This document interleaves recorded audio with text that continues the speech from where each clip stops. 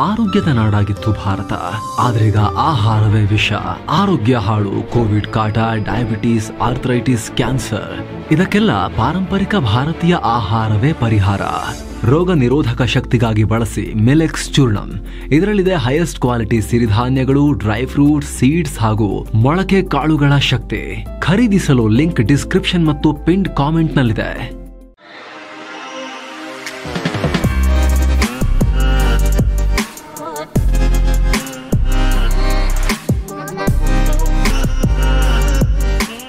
Hi friends, ದಿನದ ಎಲ್ಲ ಪ್ರಮುಖ ಸುದ್ದಿಯನ್ನು ನಿಮಗೆ ತಲುಪಿಸೋ mastmagga.comನ ಫುಲ್ ನ್ಯೂಸ್ಗೆ ಸ್ವಾಗತ. ನಾನು ಅಮರ್ ಪ್ರಸಾದ್. ಭಾರತ ಹಾಗೂ ಪಾಕ್ ನಡುವೆ ಮತ್ತೊಂದು ಸುತ್ತಿನ ಸೇನಾ ಸಂಘರ್ಷ ಆಗೋ ರೀತಿಯ ಬೆಳವಣಿಗೆಗಳಾಗ್ತಾ ಇವೆ. ಇತ್ತೀಚೆಗಷ್ಟೇ ಭಾರತ ಪಾಕ್ ಒಳಗನುಗ್ಗಿ ಆಪರೇಷನ್ ಸಿಂಧೂರ್ ಮಾಡಿ ಉಗ್ರರಿಗೆ ಗುಂಡಿ ತೋಡು ಬಂದಿತ್ತು. ಇಡೀ ಉಗ್ರ ಲೋಕ ಬೆಚ್ಚಿ ಬೀಳೋ ರೀತಿ ರಾತ್ರೋರಾತ್ರಿ ಬೆಂಕಿಯ ಮಳೆಯನ್ನ ಸುರಿದಿತ್ತು. ಆದರೆ ಈಗ ಅದೇ ಜಾಗದಲ್ಲಿ ಪಾಕಿಸ್ತಾನ ಮತ್ತೆ ದುಸ್ಸಾಹಸ ಮಾಡ್ತಾ ಇದೆ ಅನ್ನೋ ವರದಿಗಳು ಬರ್ತಾ ಇದಾವೆ. ಪಾಕಿಸ್ತಾನದ ಒಳಗೆ ಮತ್ತು LOC ಗಡಿಯಲ್ಲಿ ಪಾಕ್ ಉಗ್ರ ಕ್ಯಾಂಪ್ಗಳನ್ನು ನಿರ್ಮಾಣ ಮಾಡ್ತಾ ಇದೆ ಅಂತ ಇಂಟೆಲಿಜೆನ್ಸ್ ಮೂಲಗಳು ಮಾಹಿತಿ ಕೊಟ್ಟಿವೆ. ಅದರಲ್ಲಿ ಪಾಕಿಸ್ತಾನದ ಒಳಗೆ ದೊಡ್ಡ ತರಬೇತಿ ಶಿಬಿರಗಳು ಎದ್ರೆ POK ಸಮೀಪ ಬ್ರೀಡಿಂಗ್ ಸೆಂಟರ್ಗಳು, ಮಿನಿ ಉಗ್ರ ಕ್ಯಾಂಪ್ಗಳ ನಿರ್ಮಾಣ ಆಗ್ತಾ ಇದೆ. ಪಾಕಿಸ್ತಾನಿ ಸೇನೆ, ಗುಪ್ತಚರ ಸಂಸ್ಥೆ ISI ಮತ್ತು ಅಲ್ಲಿನ ಶಹಬಾಜ್ ಸರ್ಕಾರ ಇದಕ್ಕೋಸ್ಕರ ಸಿಕ್ಕಾಪಟ್ಟೆ ದುಡ್ಡನ್ನು ಹಾಕ್ತಿದ್ದಾರೆ. ಹೈಟೆಕ್ ಆಗಿ ಉಗ್ರ ಕ್ಯಾಂಪ್ಗಳನ್ನು ನಿರ್ಮಾಣ ಮಾಡ್ತಿದ್ದಾರೆ. ದಟ್ಟ ಕಾಡಿನ ಮಧ್ಯೆ ಭಾರತದ ಕಣ್ಗಾವಲು ಮತ್ತು ದಾಳಿಯಿಂದ ಬಚಾವಾಗೋಕೆ ಈ ಸ್ಟ್ರಾಟಜಿಯನ್ನು ಹೆಣಿತಾ ಇದ್ದಾರೆ. ಲೋನಿ, football, ತೈಪು post, Jameela post, Umran ವಾಲಿ, ಚಪ್ರಾರ್, ಕಹೋಟಾ, ಛೋಟಾ ಛ್ಯಾಕ್, ಜಂಗ್ಲೋರಾ ಪ್ರದೇಶಗಳಲ್ಲಿ ಉಗ್ರ ಕ್ಯಾಂಪ್ಗಳ ನಿರ್ಮಾಣ ಆಗ್ತಾ ಇದೆ. ಇಲ್ಲಿ ನಿರ್ಮಾಣ ಆಗ್ತಿರೋ ಕ್ಯಾಂಪ್ಗಳಲ್ಲಿ ಅತ್ಯಾಧುನಿಕ ಟೆಕ್ನಾಲಜಿ ಮತ್ತು ಎಕ್ವಿಪ್ಮೆಂಟ್ಗಳನ್ನು ಅಳವಡಿಸ್ತಾ ಇದ್ದಾರೆ. ಸ್ಯಾಟಲೈಟ್ ಸರ್ವೆಲೆನ್ಸ್ನಂತಹ ಡಿಟೆಕ್ಷನ್ ಸಿಸ್ಟಮ್ಗಳ ಕಣ್ತಪ್ಪಿಸೋ ರೀತಿ ಡಿಸೈನ್ ಮಾಡ್ತಾ ಇದ್ದಾರೆ. ಥರ್ಮಲ್ ಇಮೇಜರಿ, ಫೋಲಿಯೇಜ್ ಪೆನೆಟ್ರೇಟಿಂಗ್ ರೆಡಾರ್ಗಳನ್ನು ಕೂಡ ಇಲ್ಲಿ ಅಳವಡಿಸಲಾಗ್ತಾ ಇದೆ ಅಂತ ಗೊತ್ತಾಗಿದೆ. ಅಂದರೆ ಕ್ಲಿಯರ್ ಆಗಿ ಉಗ್ರ ಕ್ಯಾಂಪ್ಗಳು ಸಿಗದೇ ಇರೋ ಥರ, ಸರ್ವೆಲೆನ್ಸ್ ಮಾಡಿದ್ರೆ ಗೊತ್ತಾಗದೇ ಇರೋ ಥರ ಇದನ್ನು ಡಿಸೈನ್ ಮಾಡಿ ಕಟ್ಟಿಸ್ಕೊಳ್ತಾ ಇದ್ದಾರೆ ಅಂತ ಮಾಹಿತಿ ಸಿಗ್ತಾ ಇದೆ. ಅಲ್ಲದೆ ಇಂಟರ್ನ್ಯಾಷನಲ್ ಬಾರ್ಡರ್ನಲ್ಲೇ ಹೆಚ್ಚುವರಿ 4 ಲಾಂಚ್ ಪ್ಯಾಡ್ಗಳನ್ನು ನಿರ್ಮಿಸಲಾಗ್ತಾ ಇದೆ. ಈ ಬಾರಿ ಪಾಕ್ ISI ತನ್ನ ಸ್ಟ್ರಾಟಜಿಯನ್ನು ಚೇಂಜ್ ಮಾಡಿದೆ. ಹಿಂದೆಲ್ಲ ಪಾಕಿಸ್ತಾನ ದೊಡ್ಡದೊಂದು ಉಗ್ರ ಕ್ಯಾಂಪನ್ನು ನಿರ್ಮಿಸಿ ಅದೊಂದರಲ್ಲೇ ಹಿಂಡು ಉಗ್ರಗಾಮಿಗಳನ್ನು ಇಡ್ತಾ ಇತ್ತು. ಆದ್ರೀಗ ಪುಟ್ಟ ಕ್ಯಾಂಪ್ ನಿರ್ಮಿಸಿ ಒಂದೊಂದು ಕ್ಯಾಂಪ್ನಲ್ಲಿ ಸ್ವಲ್ಪ ಸಂಖ್ಯೆಯ ಉಗ್ರಗಾಮಿಗಳನ್ನು ಇಡೋಕೆ ಪ್ಲಾನ್ ಹಾಕೊಂಡಿದ್ದಾರೆ. ಭಾರತ ಏನಾದರೂ ದಾಳಿ ಮಾಡಿದ್ರೆ ಕಮ್ಮಿ ಹಾನಿ ಆಗೋ ರೀತಿ ಪಾಕಿಸ್ತಾನ ಲೆಕ್ಕ ಹಾಕಿದೆ. ಇನ್ನು ಈ ಮಿನಿ ಉಗ್ರ ಕ್ಯಾಂಪ್ಗಳಿಗೆ ಪಾಕಿಸ್ತಾನ ಸೇನೆ ಭದ್ರತೆ ಕೊಡೋ ರೀತಿ ಮಾತುಕತೆಯಾಗಿದೆ. ಇವ್ರ ಬಳಿ thermal sensors, low frequency radar system ಮತ್ತು ಆಂಟಿ ಡ್ರೋನ್ ಟೆಕ್ನಾಲಜಿಗಳನ್ನು ಕೊಡೋಕು ಪಾಕಿಸ್ತಾನ ಸೇನೆ ತಯಾರಿ ಮಾಡ್ತಾ ಇದೆ ಅನ್ನೋ ಮಾಹಿತಿ ಬರ್ತಾ ಇದೆ. ಆಪರೇಷನ್ ಸಿಂಧೂರ್ ದಾಳಿಯಲ್ಲಿ ಭಾರತ ಏನ್ ಸ್ಟ್ರಾಟಜಿಯನ್ನು ಹೆಣೆದಿತ್ತೋ ಅದಕ್ಕೆಲ್ಲದಕ್ಕೂ ಕೌಂಟರ್ ಕೊಡೋಕೆ ಪಾಕಿಸ್ತಾನ ಈಗ ತಯಾರಿ ನಡೆಸ್ತಾ ಇದೆ ಅಂತ ಮಾಹಿತಿ ಲಭ್ಯ ಆಗಿದೆ. ಪಾಕಿಸ್ತಾನದಿಂದ ಬರ್ತಿರೋ ಈ ಇನ್ಫಾರ್ಮೇಶನ್ ನಿಜವೇ ಆದ್ರೆ ಪಾಕಿಸ್ತಾನ ಭಾರತವನ್ನ ನೇರವಾಗಿ ಮತ್ತೆ ಕೆಣಕ್ತಾ ಇದೆ. ಹಾಗೆ ನೋಡಿದ್ರೆ ಕೆಲ ದಿನಗಳ ಹಿಂದೆ ಕೂಡ ಗುಪ್ತಚರ ಅಧಿಕಾರಿಗಳು ಸಿಂಧೂರ್ ಕಾರ್ಯಾಚರಣೆ ನಂತರ ಉಗ್ರರು ಮತ್ತೆ ಪೋಸ್ಟ್ಗಳಿಗೆ ಮರಳುತ್ತಾ ಇದ್ದಾರೆ ಅಂತ ಹೇಳಿದ್ರು. ಭಾರತದ ಗುಪ್ತಚರ ಮೂಲಗಳೇ ಈ ರೀತಿ ಹೇಳಿದ್ವು. ಇದೇ ಕಾರಣಕ್ಕೆ ನಮ್ಮ ಸೇನೆ ಗಡಿಯಲ್ಲಿ ಇನ್ನೂ ಹೈ ಅಲರ್ಟ್ನಲ್ಲೇ ಇದೆ.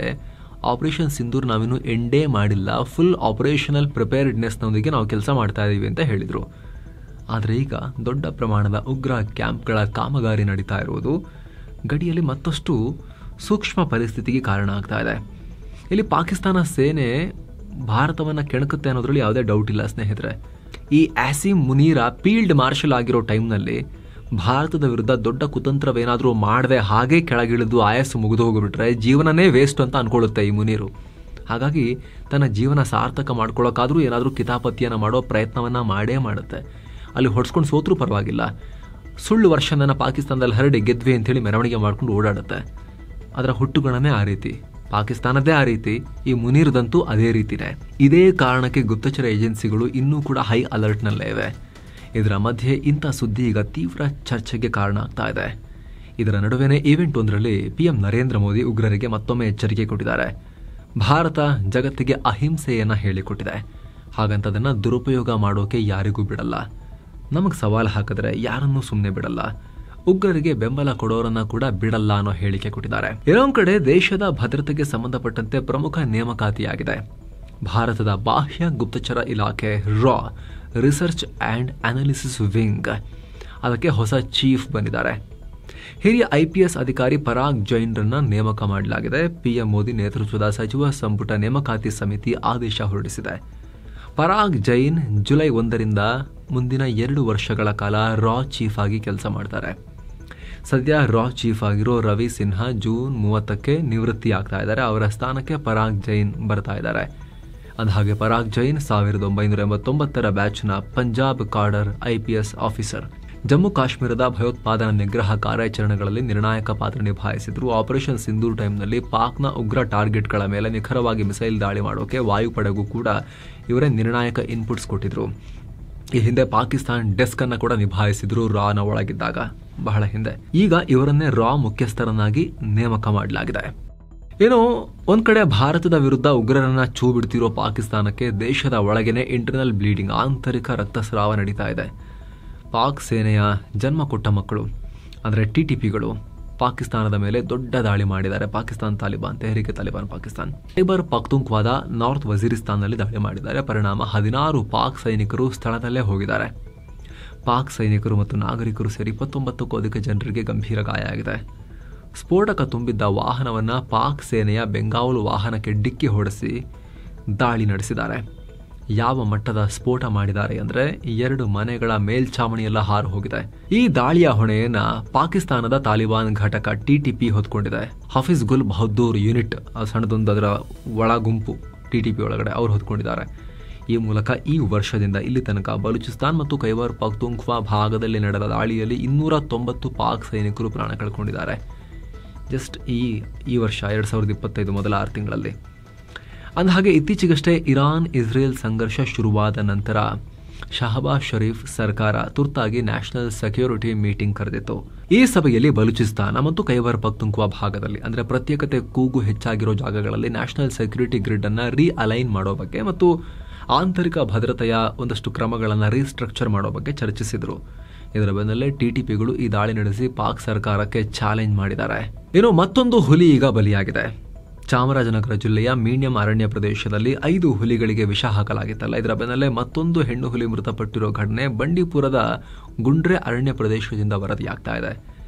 ಅರಣ್ಯ ಸಿಬ್ಬಂದಿ ಗಸ್ತು ತಿರುಗುವ ವೇಳೆ ಹುಲಿಯ ಮೃತದೇಹ ಪತ್ತೆಯಾಗಿದೆ. ಮರಣೋತ್ತರ ಪರೀಕ್ಷೆ ನಡೆಸಿದ ಮೇಲೆ ಹುಲಿ ಸಾವಿಗೆ ಕಾರಣ ಏನು ಅನ್ನೋದು ಸ್ಪಷ್ಟವಾಗುತ್ತೆ. ಏನೋ ಬೆಂಗಳೂರು ಕಾಲ್ತುಳಿತಕ್ಕೆ ಸಂಬಂಧಪಟ್ಟಂತೆ ರಾಜ್ಯ ಸರ್ಕಾರ 3 IPS ಅಧಿಕಾರಿಗಳನ್ನ ಅಮಾನತು ಮಾಡಿತ್ತು. IPS ಅಧಿಕಾರಿ ಬಿ ದಯಾನಂದ್, ವಿಕಾಸ್ ಕುಮಾರ್ ಮತ್ತು ಶೇಖರ್ ತಕ್ಕನ್ನವರ್ ಅನ್ನೋ ಅಧಿಕಾರಿಗಳನ್ನ ಸಸ್ಪೆಂಡ್ ಮಾಡಲಾಗಿತ್ತು. ಈಗ ರಾಜ್ಯ ಸರ್ಕಾರ ಸಲ್ಲಿಸಿದ್ದ ಅಮಾನತು ವರದಿಯನ್ನ ಕೇಂದ್ರ ಸರ್ಕಾರ ಅಂಗೀಕಾರ ಕೂಡ ಮಾಡಿದೆ. ದಕ್ಷಿಣ ಕನ್ನಡ ಜಿಲ್ಲೆ ಬಜ್ಪೆ ಬಳಿ ನಡೆದ ಹಿಂದೂ ಕಾರ್ಯಕರ್ತ ಸುಹಾಸ್ ಶೆಟ್ಟಿ ಹತ್ಯೆ ಕೇಸ್ ಬಗ್ಗೆ ಮಹತ್ವದ ಮಾಹಿತಿ ಸಿಕ್ಕಿದೆ. ಈ ಕೇಸ್ನ ತನಿಖೆ ನಡೆಸ್ತಾ ಇರೋ NIA ಅಧಿಕಾರಿಗಳು 12 ಆರೋಪಿಗಳ ವಿಚಾರಣೆ ನಡೆಸ್ತಾ ಇದ್ದು, ಬಂಧಿತ ಬಹುತೇಕ ಆರೋಪಿಗಳಿಗೆ PFI ಸಂಘಟನೆಯ ನಂಟಿರೋದು ಗೊತ್ತಾಗಿದೆ. ಅಲ್ಲದೆ PFI ಜೊತೆಗೆ ಗುರುತಿಸಿಕೊಂಡಿರೋ ಕೆಲವರು ಸುಹಾಸ್ ಶೆಟ್ಟಿ ಹತ್ಯೆಗೆ ವಿದೇಶದಿಂದಲೇ ಫಂಡಿಂಗ್ ಕೂಡ ಮಾಡಿದ್ರು ಅನ್ನೋ ಮಾಹಿತಿ ಬರ್ತಾ ಇದೆ. ಹಾಗೆ ಈ ಹತ್ಯೆಗೆ ನೆರವು ಕೊಟ್ಟವರು ಮಂಗಳೂರು ಮತ್ತು ವಿದೇಶದಲ್ಲಿದ್ದು ಅವರ ಹೆಸರುಗಳನ್ನು ಆರೋಪಿಗಳು NIA ಅಧಿಕಾರಿಗಳ ಮುಂದೆ ಬಾಯ್ಬಿಟ್ಟಿದ್ದಾರೆ. ಕೆಲ ಸ್ಥಳೀಯ ವ್ಯಕ್ತಿಗಳಿಂದಲೂ ಆರೋಪಿಗಳಿಗೆ ಹಣ ವರ್ಗಾವಣೆಯಾಗಿದೆ. ಸದ್ಯ ಎಲ್ಲ ಆಯಾಮಗಳಲ್ಲೂ NIA ತನಿಖೆಯನ್ನು ಚುರುಕುಗೊಳಿಸಿದೆ. ಕರ್ನಾಟಕದಿಂದ ತಿರುಪತಿಗೆ ತೆರಳೋ ಭಕ್ತಾದಿಗಳಿಗೆ ರೈಲ್ವೆ ಇಲಾಖೆ ಗುಡ್ ನ್ಯೂಸ್ ಕೊಟ್ಟಿದೆ. ಚಿಕ್ಕಮಗಳೂರಿನಿಂದ ನೂತನ ರೈಲು ಸಂಚಾರ ಶುರುವಾಗಿದ್ದು, ಅಲ್ಲಿಂದ ತಿರುಪತಿಗೆ ವಾರಕ್ಕೊಮ್ಮೆ ರೈಲು ಸಂಚರಿಸುತ್ತೆ. ಪ್ರತಿ ಗುರುವಾರ ತಿರುಪತಿಯಿಂದ ಚಿಕ್ಕಮಗಳೂರಿಗೆ ರೈಲು ಸಂಚರಿಸುತ್ತೆ. ಪ್ರತಿ ಶುಕ್ರವಾರ ಚಿಕ್ಕಮಗಳೂರಿನಿಂದ ತಿರುಪತಿಗೆ ರೈಲು ಹೊರಡುತ್ತೆ. ಕೋಲ್ಕತ್ತಾ ಲಾ ಕಾಲೇಜು ಕ್ಯಾಂಪಸ್ ಒಳಗಡೆ ನಡೆದ ಸಾಮೂಹಿಕ ಅತ್ಯಾಚಾರ ಪ್ರಕರಣಕ್ಕೆ ಸಂಬಂಧಪಟ್ಟಂತೆ ಕೋಲಾಹಲ ಆಗ್ತಾ ಇದೆ. ಕೋಲ್ಕತ್ತಾದಾದ್ಯಂತ ಈ ಘಟನೆಯನ್ನು ಖಂಡಿಸಿ ಪ್ರತಿಭಟಿಸಲಾಗ್ತಾ ಇದೆ. ವಿಪಕ್ಷ ಬಿಜೆಪಿ ಕೂಡ ಭಾರೀ ಪ್ರತಿಭಟನೆ ಮಾಡಿದೆ. ಈ ವೇಳೆ ಪೊಲೀಸರೊಂದಿಗೆ ಘರ್ಷಣೆಯಾಗಿದ್ದು, ಪ್ರತಿಭಟನೆಯಲ್ಲಿ ಭಾಗಿಯಾಗಿದ್ದ ಬಂಗಾಳ ಬಿಜೆಪಿ ಅಧ್ಯಕ್ಷ ಮತ್ತು ಕೇಂದ್ರ ಸಚಿವ ಸುಕಾಂತ್ ಮಜುಮ್ದಾರ್ರನ್ನ ವಶಕ್ಕೆ ಪಡೆಯಲಾಗಿದೆ. ಸದ್ಯ ಪೊಲೀಸರು ಮತ್ತು ರ್ಯಾಪಿಡ್ ಆಕ್ಷನ್ ಫೋರ್ಸ್ ಅನ್ನ ಕೋಲ್ಕತ್ತಾದಾದ್ಯಂತ ಈಗ ನಿಯೋಜಿಸಲಾಗಿದೆ. ಕಳೆದ ವರ್ಷವಷ್ಟೇ 2024ರಲ್ಲಿ ಟ್ರೈನಿ ಡಾಕ್ಟರ್ ಅತ್ಯಾಚಾರ ಹತ್ಯೆ ತರನೇ ಈ ಪ್ರಕರಣಕ್ಕೂ ಕೂಡ ಭಾರಿ ಆಕ್ರೋಶ ವ್ಯಕ್ತವಾಗ್ತಾ ಇದೆ. ಸದ್ಯ ಈ ಲಾ ಕಾಲೇಜಿನ ಅತ್ಯಾಚಾರ ಪ್ರಕರಣ ಸಂಬಂಧ TMCಯ ಸ್ಟೂಡೆಂಟ್ ವಿಂಗ್ ನಾಯಕ ಸೇರಿ 3ರನ್ನ ಅರೆಸ್ಟ್ ಮಾಡಲಾಗಿದೆ. ಇದೀಗ ಕಾಲೇಜ್ ಕ್ಯಾಂಪಸ್ನ ಸೆಕ್ಯೂರಿಟಿ ಗಾರ್ಡ್ ಅನ್ನ ಪಶ್ಚಿಮ ಬಂಗಾಳ ಪೊಲೀಸರು ಅರೆಸ್ಟ್ ಮಾಡಿದ್ದಾರೆ. ಈ ಮೂಲಕ ಪ್ರಕರಣಕ್ಕೆ ಸಂಬಂಧಪಟ್ಟಂತೆ ಒಟ್ಟು 4ರನ್ನ ಅರೆಸ್ಟ್ ಮಾಡಿದ ಹಾಗಾಗಿದೆ. ಈ ಘಟನೆಗೆ ಸುಕಾಂತ ಮಜುಮ್ದಾರ್ ತೀವ್ರ ಖಂಡನೆ ವ್ಯಕ್ತಪಡಿಸಿದ್ದಾರೆ. ಶಿಕ್ಷಣ ಸಂಸ್ಥೆಗಳ ಒಳಗಡೆ ಬ್ಯಾಕ್ ಟು ಬ್ಯಾಕ್ ಇಂಥ ಅಪರಾಧ ನಡೀತಿರೋದು ಹೆಣ್ಣು ಮಕ್ಕಳ ಮೇಲೆ. ಪಶ್ಚಿಮ ಬಂಗಾಳ ಸರ್ಕಾರದ ಫೇಲ್ಯೂರ್. ಯಾರಾದರೂ ಜವಾಬ್ದಾರಿ ತಗೊಳ್ಬೇಕಲ್ವಾ? ಬಂಗಾಳ ಸರ್ಕಾರ ಹೇಳುತ್ತೆ ಎಲ್ಲ ಕಡೆ ಪೊಲೀಸರನ್ನು ಹಾಕೋಕ್ಕಾಗಲ್ಲ ಅಂತ. ಹೀಗೆ ಮಾಡೋಕ್ಕಾಗಿಲ್ಲ ಅಂದರೆ ರಾಜ್ಯದಲ್ಲಿ ಸೇಫ್ ಪರಿಸರ ಮೇಂಟೈನ್ ಮಾಡೋಕ್ಕೆ ಆಗ್ತಿಲ್ಲ ಅಂತ ಕನಿಷ್ಠ ಪಕ್ಷ ಸರ್ಕಾರ ಒಪ್ಕೊಳ್ಬೇಕು, ನಿಮ್ಮ ಕೈಲಿ ಆಗ್ತಿಲ್ಲ ಅಂಥೇಳಿ ಅಂತ ಟೀಕೆ ಮಾಡಿದ್ದಾರೆ. ಅಷ್ಟೇ ಅಲ್ಲದೆ ಈ ಪ್ರಕರಣದ ಬಗ್ಗೆ ವರದಿ ಮಾಡೋಕೆ ಬಿಜೆಪಿ ಫ್ಯಾಕ್ಟ್ ಫೈಂಡಿಂಗ್ ಕಮಿಟಿ ರಚಿಸಿದೆ. ಅಲ್ಲದೆ ಪಶ್ಚಿಮ ಬಂಗಾಳ ಸಿಎಂ ಮಮತಾ ಬ್ಯಾನರ್ಜಿ ರಾಜೀನಾಮೆ ಕೊಡಬೇಕು ಅಂತ ಕೂಡ ಬಿಜೆಪಿ ಆಗ್ರಹ ಮಾಡಿದೆ. ಬಾಲಿವುಡ್ ನಟಿ ಮತ್ತು ಮಾಡೆಲ್ 42 ವರ್ಷದ ಶೆಫಾಲಿ ಜರಿವಾಲಾ ಮೃತಪಟ್ಟಿದ್ದಾರೆ. ಹೃದಯಾಘಾತ ಆಗಿ ಯಂಗ್ ಏಜ್ನಲ್ಲೇ ಮುಂಬೈನಲ್ಲಿರುವ ತಮ್ಮ ನಿವಾಸದಲ್ಲಿ ಮೃತಪಟ್ಟಿದ್ದಾರೆ. ಇವರು ಕಳೆದ 5-6 ವರ್ಷಗಳಿಂದ ಆಂಟಿ ಏಜಿಂಗ್ ಟ್ರೀಟ್ಮೆಂಟ್ ಪಡಿತಾ ಇದ್ರು. ಈಗ ಹಠಾತ್ ಆಗಿ ಇವರು ಪ್ರಾಣನೇ ಹೋಗ್ಬಿಟ್ಟಿದೆ. ಕೆಲ ವರ್ಷಗಳಿಂದ ಮೂರ್ಛೆ ರೋಗದಿಂದಲೂ ಬಳಲ್ತಾ ಇದ್ರು ಅಂತಲೂ ಹೇಳ್ತಾ ಇದ್ದಾರೆ. ಸದ್ಯ ಮರಣೋತ್ತರ ಪರೀಕ್ಷೆ ನಡೀತಾ ಇದ್ದು ನಿಖರ ಕಾರಣ ಆಮೇಲಷ್ಟೇ ಗೊತ್ತಾಗುತ್ತೆ. ಇವರು 2011ರಲ್ಲಿ ದಿವಂಗತ ಪುನೀತ್ ರಾಜ್ಕುಮಾರ್ ಅವರ ಅಭಿನಯದ ಹುಡುಗರು ಸಿನಿಮಾದಲ್ಲೂ ಕೂಡ ಆಕ್ಟ್ ಮಾಡಿದ್ರು. ಕೇರಳದಲ್ಲಿ ಶಿಕ್ಷಣ ಇಲಾಖೆ ತಗೊಂಡಿರೋ ನಿರ್ಧಾರ ಭಾರಿ ವಿವಾದಕ್ಕೆ ಕಾರಣ ಆಗ್ತಾ ಇದೆ. ಮಾದಕ ವಸ್ತು ವಿರೋಧಿ ಅಭಿಯಾನ ಭಾಗವಾಗಿ ಕೇರಳ ಶಿಕ್ಷಣ ಸಂಸ್ಥೆ ಪ್ರತಿ ಶಾಲೆಯಲ್ಲಿ ಜುಂಬಾ ಪರಿಚಯಿಸೋಕೆ ಡಿಸೈಡ್ ಮಾಡಿದೆ. ಜುಂಬಾ ಒಂದು ಫಿಟ್ನೆಸ್ ಪ್ರೋಗ್ರಾಮ್. ಇದರಲ್ಲಿ ಡ್ಯಾನ್ಸ್ ಮಿಕ್ಸ್ ಮಾಡಿ ಎಕ್ಸರ್ಸೈಸ್ ಮಾಡಿಸಲಾಗುತ್ತೆ. ಈಗ ಆಲ್ರೆಡಿ ಹಲವು ಕೇರಳ ಶಾಲೆಗಳಲ್ಲಿ ಜುಂಬಾ ತರಬೇತಿಯನ್ನ ಈ ಶೈಕ್ಷಣಿಕ ವರ್ಷಕ್ಕೇನೆ ಸೇರ್ಪಡೆ ಮಾಡಿಯಾಗಿದೆ. ಆದ್ರೆ ಇದಕ್ಕೀಗ ಧಾರ್ಮಿಕ ಗುಂಪುಗಳು, ಮುಸ್ಲಿಂ ಸಂಘಟನೆಗಳು ವಿರೋಧ ವ್ಯಕ್ತಪಡಿಸಿದ್ದಾರೆ. ಇದರಲ್ಲಿ ಬಟ್ಟೆ ಎಲ್ಲ ಟೈಟ್ ಇರುತ್ತೆ, ಫಿಟ್ ಇರುತ್ತೆ, ಬಟ್ಟೆ ಚರ್ಮ ಕಂಡುಕೊಂಡಿರುತ್ತೆ, ತುಂಬಾ ಕಮ್ಮಿ ಬಟ್ಟೆ ಕೂಡ ಇರುತ್ತೆ. ಹುಡುಗರು ಮತ್ತು ಹುಡುಗಿರು ಒಟ್ಟಾಗಿ ಕೂಡ ಇಲ್ಲಿ ಡ್ಯಾನ್ಸ್ ಮಾಡ್ತಾರೆ. ಇದು ನಮಗೆ ಹಿಡಿಸಲ್ಲ, ನಾವು ಇದಕ್ಕೆ ಒಪ್ಪಿಗೆ ಕೊಡಲ್ಲ. ದೈಹಿಕ ವ್ಯಾಯಾಮವನ್ನ ಇಂಪ್ರೂವ್ ಮಾಡಿ ಪರವಾಗಿಲ್ಲ, ಆದ್ರೆ ಅಸಭ್ಯ ಮಾಡ್ತಾ ಇದ್ದೀರಾ. ಇದು ವಿದ್ಯಾರ್ಥಿಗಳ ವೈಯಕ್ತಿಕ ಸ್ವಾತಂತ್ರ್ಯ ಮತ್ತು ಮೂಲಭೂತ ಹಕ್ಕುಗಳ ಉಲ್ಲಂಘನೆ ಅಂತ ಹೇಳಿದ್ದಾರೆ. ಅಂದ ಹಾಗೆ ಈ ಜುಂಬಾ ಅಂದ್ರೆ ನೀವು ನೋಡ್ತಾ ಇದ್ದೀರಲ್ಲ, ನಿಮ್ಗೆ ಗೊತ್ತಿರುತ್ತೆ ನೋಡಿ, ಇಲ್ಲಿ ಈ ತರ ಡ್ಯಾನ್ಸ್ ಮಾಡ್ತಾರೆ. ಆದ್ರೆ ಇದಕ್ಕೆ ಕೇರಳದ ಮುಸ್ಲಿಂ ಸಂಘಟನೆಗಳು ಇದಕ್ಕೆ ನಾವು ಒಪ್ಪಲ್ಲ, ಇದು ನಮಗೆ ಸರಿ ಬರಲ್ಲ. ಹುಡುಗರು ಒಟ್ಟಿಗೆ ಕುಣಿಯೋದು, ಈ ರೀತಿ ಬಟ್ಟೆಗಳನ್ನೆಲ್ಲ ಹಾಕೊಂಡು, ಸ್ಕಿನ್ ಟೈಟ್ ಬಟ್ಟೆಗಳನ್ನು ಹಾಕೊಂಡು ನಮಗೆ ಆಗೋದಿಲ್ಲ ಅಂತ ಹೇಳಿ ಮುಸ್ಲಿಂ ಸಂಘಟನೆಗಳು ಕೇರಳದಲ್ಲಿ ವಿರೋಧವನ್ನು ವ್ಯಕ್ತಪಡಿಸಿವೆ. ಇನ್ನು ಆಕ್ಸಿಯಂ 4 ಮಿಷನ್ ಭಾಗವಾಗಿ ಅಂತಾರಾಷ್ಟ್ರೀಯ ಬಾಹ್ಯಾಕಾಶ ನಿಲ್ದಾಣ ತಲುಪಿರೋ ಭಾರತೀಯ ಗಗನಯಾತ್ರಿ ಶುಭಾಂಶು ಶುಕ್ಲಾ ಜೊತೆಗೆ PM ನರೇಂದ್ರ ಮೋದಿ ವಿಡಿಯೋ ಕಾಲಿಂಗ್ನಲ್ಲಿ ಡೈರೆಕ್ಟ್ ಸ್ಪೇಸ್ ಜೊತೆ ವಿಡಿಯೋ ಲಿಂಕ್ನಲ್ಲಿ ಮಾತನಾಡಿದ್ದಾರೆ. ಅಂತಾರಾಷ್ಟ್ರೀಯ ಬಾಹ್ಯಾಕಾಶ ನಿಲ್ದಾಣದಲ್ಲಿನ ಎಕ್ಸ್ಪೀರಿಯನ್ಸ್ಗಳನ್ನು ಚರ್ಚೆ ಮಾಡಿದ್ದಾರೆ. ಈ ವೇಳೆ ಮೋದಿ, ನಿಮ್ಮ ಜರ್ನಿ ಎಲ್ಲ ಭಾರತೀಯರಿಗೂ ಸ್ಫೂರ್ತಿ ಅಂತ ಹೇಳಿದ್ದಾರೆ. ಸೊ ಫ್ರೆಂಡ್ಸ್, ಇದಾಗಿತ್ತು ಇವತ್ತಿನ ಫುಲ್ ನ್ಯೂಸ್. ನಾವು ಕುಯ್ದಿಲ್ಲ, ಎಳೆದಿಲ್ಲ, ಕಿರ್ಚಾಡೂ ಇಲ್ಲ, ಬರೀ ಸುದ್ದಿ ರೀತಿಯಲ್ಲಿ ನಿಮಗೆ ತಲುಪಿಸುವ ಪ್ರಯತ್ನವನ್ನು ಮಾಡಿದ್ದೀವಿ. ನಮ್ಮ ಈ ಪ್ರಯತ್ನ ನಿಮಗೆ ಇಷ್ಟ ಆಗ್ತಾ ಇದ್ರೆ ದಯವಿಟ್ಟು ಮಸ್ತ್ ಮಗ ಚಾನಲ್ಗೆ ಸಬ್ಸ್ಕ್ರೈಬ್ ಮಾಡಿ, ಪಕ್ಕದ ಬೆಲ್ ಐಕಾನ್ ಮೇಲೆ ಕ್ಲಿಕ್ ಮಾಡೋದನ್ನು ಯಾವುದೇ ಕಾರಣಕ್ಕೂ ಮರಿಬೇಡಿ ಅಂತ ನಿಮ್ಮಲ್ಲಿ ನಮ್ಮ ಮನವಿ. ಮತ್ತೆ ಭೇಟಿ ಆಗ್ತಿರೋಣ. ನಮಸ್ತೆ.